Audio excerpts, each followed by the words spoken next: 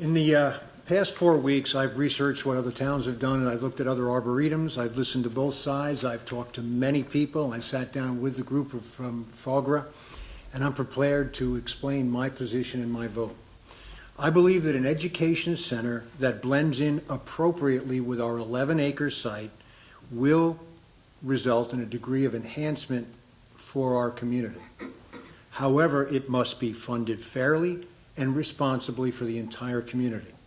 The FOGRA group had every intention to raise the full amount, but that did not happen. I am on the Finance Committee doing the budget for this year. I see lots of needs for the fire, for the police, the ambulance, the library, just to name a few.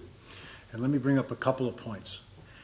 FOGRA should be treated with the respect and appreciation for the work they have done in making the 11-acre open site something for Glen Rock to be proud of. I believe an education center, again, appropriately designed and funded for a small 11-acre site should be considered. I've heard a lot about other arboretums, the Freiling House Arboretum in Morristown. That was completely given by an affluent family. It sits on 127 acres, and it is funded by the county. The same with the Wyckoff McFall Center. That is 81 acres, and that is funded by the county. 5 years ago, the commitment was made to complete the entire fundraising with no requirement on the town or taxpayers to guarantee or cover any operating expenses. What is proposed now is not what was originally committed to and is of concern, even with the best intentions. The town owns the property, and as such, it will be ultimately responsible and liable for all of the land and buildings, including ongoing maintenance, repair, and future capital needs. I am on the Finance Committee, and we've had 8 budgets meetings so far in the past 4 weeks, and many departments have presented their plans for what they need for their minimum standards, what they need to enhance their services, and also the wish list that we all would like. For example, the fire department, we have 2 trucks. One of them, 2 of them were built in the 1980s. One of them is going to be replaced in the next 1 to 3 years for $500,000. Fortunately, we have saved and reserved $300,000 for it. In another, right after that one, we have a ladder truck that costs over $1 million. We have not done any reserve yet for that truck.